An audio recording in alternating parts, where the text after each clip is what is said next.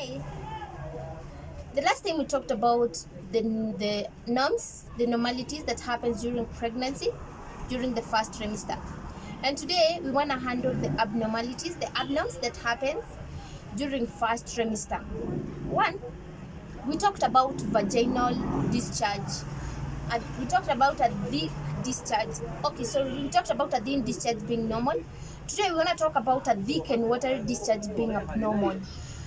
Ukiona you're having a thick and watery discharge, it's not normal.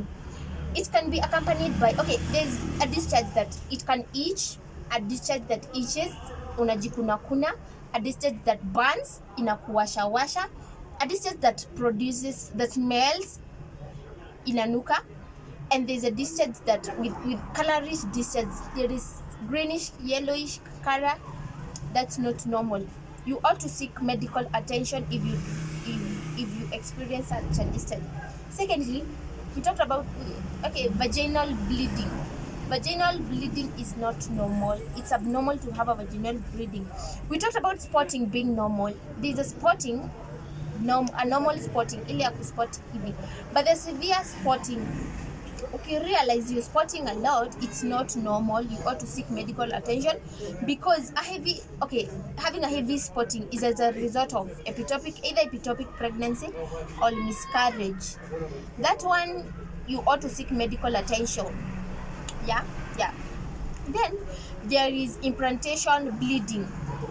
Implantation bleeding, it may be accompanied by cramps and back pains.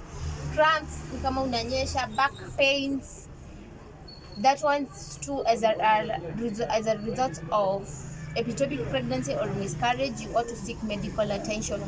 Then there is excessive nausea and vomiting. We talked about vomiting being normal, but excessive vomiting, you're vomiting a lot, it's not normal because it can lead to dehydration.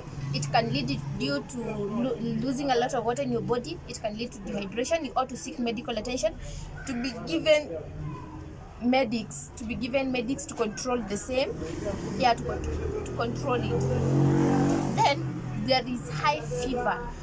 Normal fever is always 36 degrees Celsius, but unapatanga mse akona 38. Fever ya 38 is not normal. It can be accompanied by, kuna mwenye natoanga that fever with flu symptoms, can be accompanied by rashes. You ought to seek medical attention. There is severe headache. Ukona kichwa inakuuma, there's a severe headache. For the severe headache, you also ought to seek medical attention because it can be as a result of blood clotting the brain, and you ought to seek medical attention. A doctor can do an ultrasound for the same, and you'll be guided from there. Then there is you feeling bloated, like you want to produce a gas. Unasikianga kama you feeling bloated, unasikia kama tumbo imefura. It can be, it is due to hormonal changes, and it can be constipation. You ought to seek medical attention, to be given pregnancy stool softener pills, to control the same. There is severe dizziness. We talked about feeling dizzy at a point being normal, but a severe dizziness is abnormal. It may be as a result of drop in the blood pressure. You ought to seek medical attention. Then there is chronic, red swelling. Unafura miguu. In the first trimester, no, you ought to seek medical attention about the same. In the first trimester, I see that like an abnormal, because I don't expect you in the first trimester and you having your legs are swelling. You ought to seek medical attention about the same. Then there is those people with chronic diseases, asthma, diabetes, blood pressure, and the stuff. Those all chronic diseases. If you got those diseases and you're pregnant, you ought to be careful about your health. You ought to notice any change that is occurring in your body. As soon as it occurs, you ought to seek medical attention because those people are at risk during pregnancy. Then there is stress. Avoid stress.